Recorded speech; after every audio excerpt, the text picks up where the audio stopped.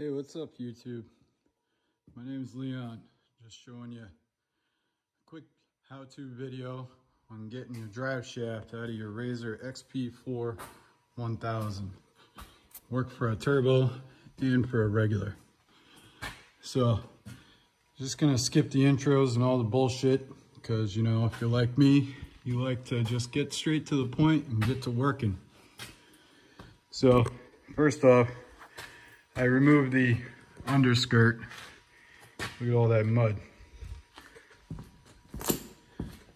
Let's see, sorry for the mess.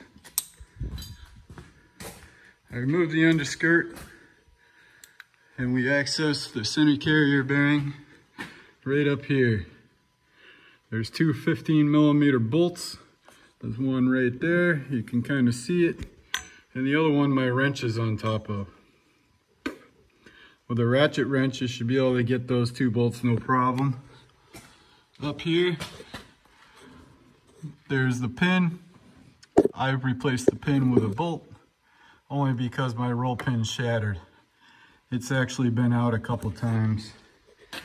I use a roll pin punch and I use an air hammer to punch the roll pin punch. That way it makes it a little more efficient coming out. And then when you remove the drive shaft, you remove the drive shaft right underneath the belt housing and straight out back. To get the carrier bearing, you may have to remove these two 13mm nuts. And then I used the pry bar on the floor and lowered the lift. And the pry bar was able to push up on the motor mount. And I was able to get enough room between the floor and that crossbar in order to remove the carrier bearing out the back. Had plenty of room. That was my only hang up. Other than that, it's just reinstall the skid plate. So I did put a new carrier bearing in there. I'm in the process of bolting it back together. I just wanted to throw a quick video. Yeah, I'm not a professional video taker, but I do like to tinker with my Razor. I've got almost 7,500 miles on my Razor, so I've had lots of practice working on it. If you need to replace the carrier bearing, this is the part number. It'll fit a 2006 Toyota Tacoma. It's the same damn bearing. It's pretty easy to swap. I used the cut-off wheel and cut off the old one because it was a hunk of shit. It was actually a Toyota carrier bearing too, but it's been on there for almost 3,000 miles, so it's been well used. If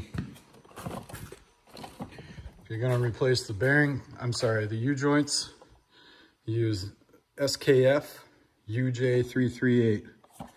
Use the SKF brand. I used the Moog brand last time I did this job, 3,000 miles ago, and probably 200 miles into it, the grease zerks all disappeared from the U-joints. The SKF ones have nice machined threaded fittings for the grease zerks. I put a little thread lock on there and tightened them down.